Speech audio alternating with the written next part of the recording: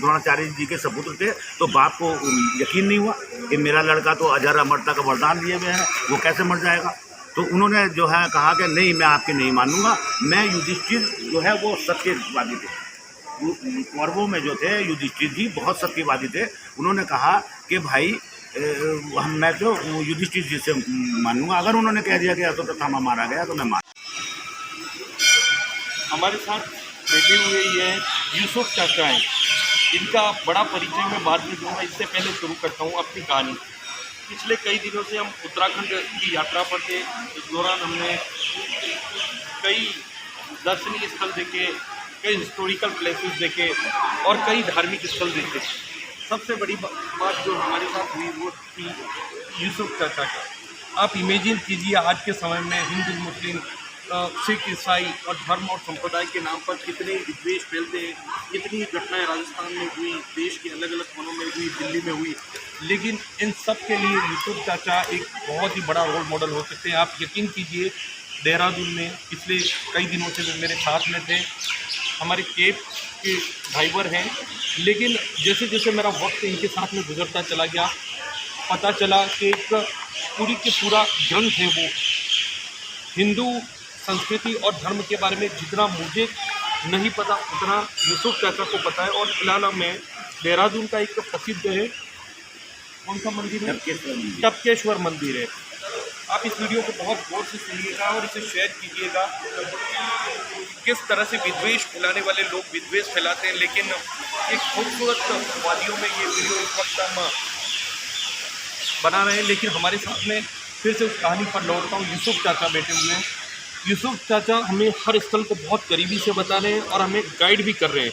इस वक्त हम टपकेश्वर महादेव मंदिर में आए हैं। मुझे बिल्कुल ही नहीं पता इसकी क्या हिस्ट्री है, लेकिन आप दंग रह जाएंगे एक यूसुफ चाचा के मुंह से इसकी कहानी सुनकर। ये पूरी कहानी और इतना तन्मयता से सुनाते कि आपको लगेगा कि मैं कोई ग्रंथ पढ़ रहा हूँ, हिंदू ग्रंथ पढ़ रहा हूँ। टपकेश्वर महादेव मंदिर के बारे में अभी हम अंदर गए थे तो चाचा ने तिलक भी लगवाया था, बाकायदा भगवान के दर्शन भी किए, चरण स्पर्श किए, महाराज के प्रसाद दिखाया। शुरू करते हैं यूसुफ चाचा के साथ।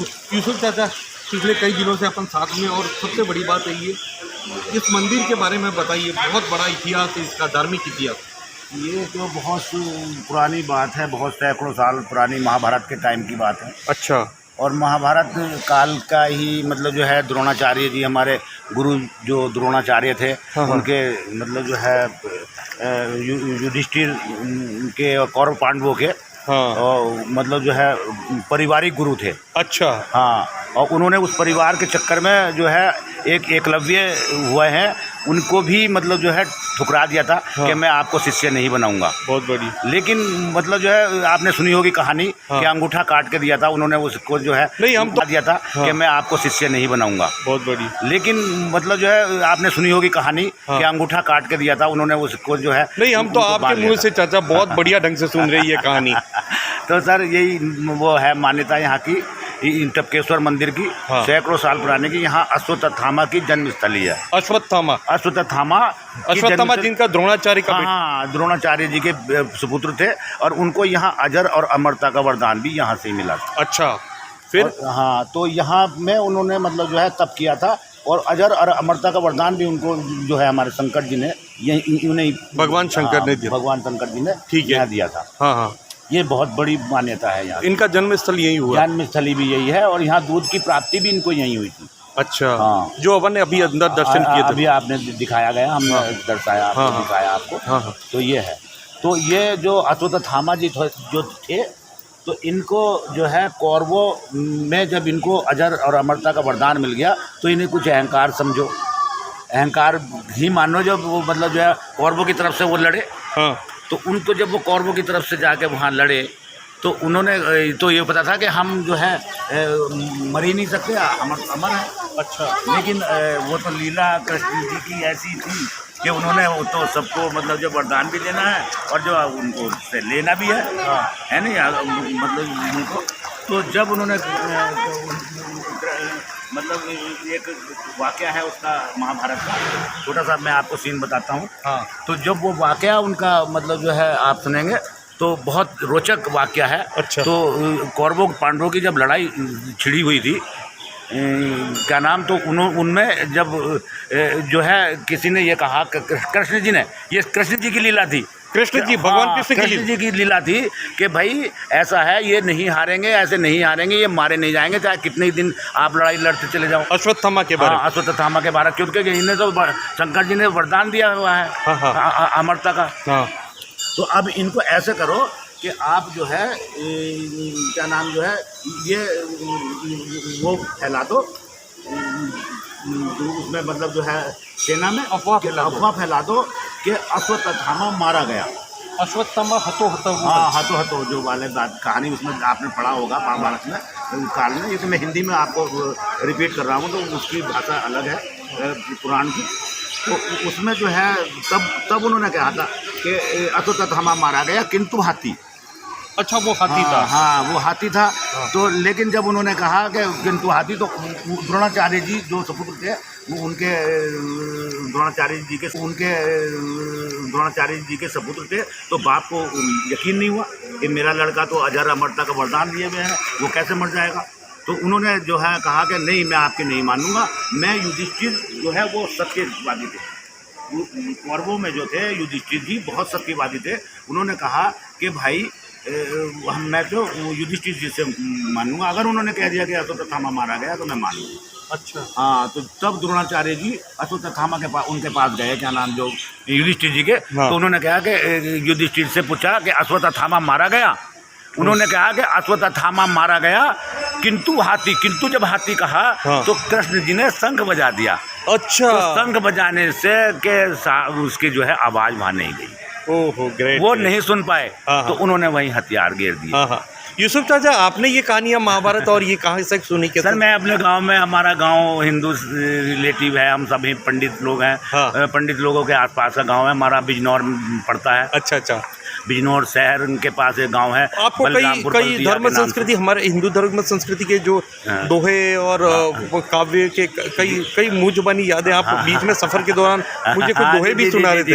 एक आधा कोई दोहा सुनाओ बढ़िया सर। वो एक मैं आपको सुनाता हूँ, तो हाँ वो तो सुन लो आप। युधिष्ठिर जी जब उनसे पूछा था वो शंख बजा दिया। तो कृष्ण जी ने जब जो अपना शंख बजा दिया, तो उन्होंने उसने हथियार अपने गिरा दिए। हाँ, युधिष्ठिर जी ने। तो ये कहानी बहुत ही हमारी पुराणों की मेन कहानी है। तो अश्वत्थामा का जन्म यही टपकेश्वर गुफा में अपन ने जो देखा है, यही जगह है जहाँ उन्होंने तपस्या। एक आधा कोई बढ़िया सा दोहा कोई आपको याद आ रहा हो?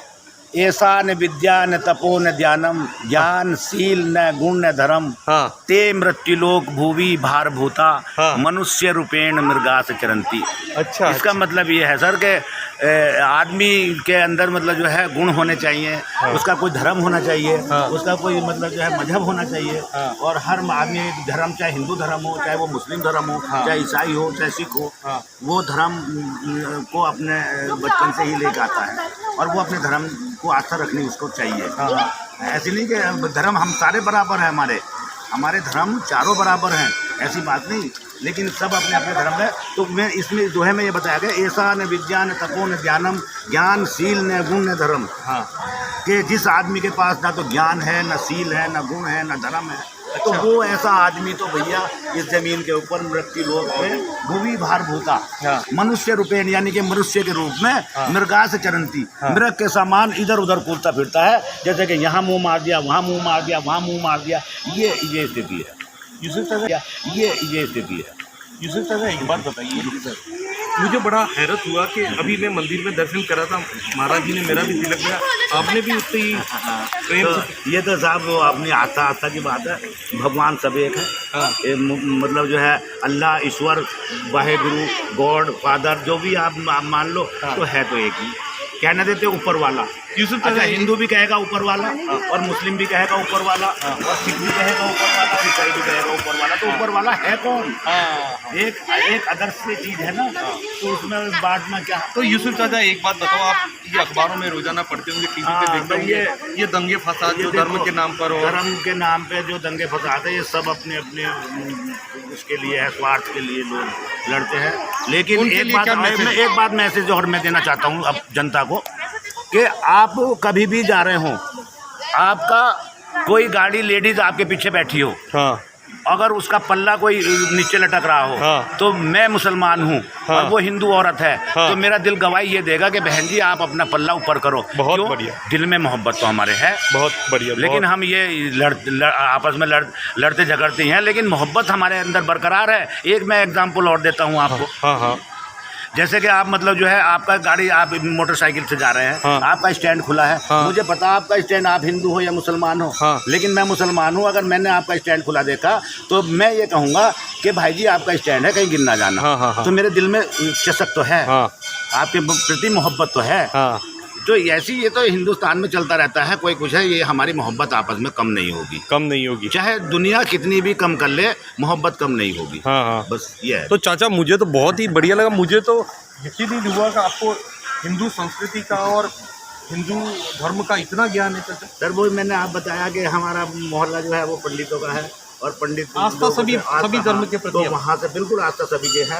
मैं जब जाता हूँ, शीशगंज गुरुद्वारा है, मैं अपने वाइफ के साथ दिल्ली जब भी अपने बेटे के यहाँ जाता हूँ, हाँ। आप मतलब टाइम निकाल के शीशगंज गुरुद्वारे में जाके बड़ा शांति मिलती है, ठंडक मिलता है।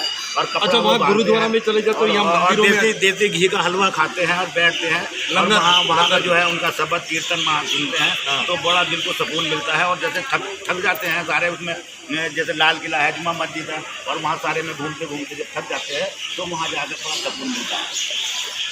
तो ये बहुत ही जोरदार कहानी हमारे यूसुफ चाचा की, जो हमारे साथ में रहे, मंदिरों में दर्शन किए, शिव जी के, हनुमान जी के, कृष्ण जी के, और सबसे बड़ी बात है इनको गीता, महाभारत, रामायण और सबका नॉलेज है।